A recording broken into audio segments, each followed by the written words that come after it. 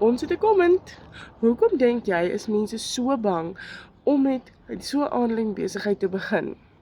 Want hulle is bang vir scams. Hulle is dalk al ingedoen in die verlede. Hulle weet nie meer wat om te vertrou, wat werk nie. Is hierdie nie net nog een van daai mense wat sê die en daai werk en dan werk dit nie. Ek was een van daai. Ek was bang. Ek was skepties. Ek het 'n wildvreemdeling op die internet vertrou. Ek het my huiswerk gaan doen, maar steeds binne in my was ek bang, want wat as hierdie nie vir my uitwerk nie? My mens, dis 'n done for you besigheid wat getoets is deur oor die 56,000 mense daar buitekant. Hy sal vir jou werk as jy bereid is om die werk in te sit.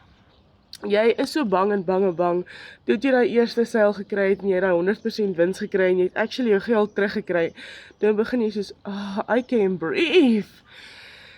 Nou, ons almal is bang, verstaan my mooi. Dis my rede hoekom ek bang was, want ek was onseker. Maar ja, ek kan met eerlikheid vandag sê, hierdie besigheid werk, dis beproef. Ek het dit beproef, en die stelling, as jy graag jou eie aanlyn besigheid wil begin, maar steeds onseker is, boek 'n video call met my. Kom ek wys jou wat ons doen.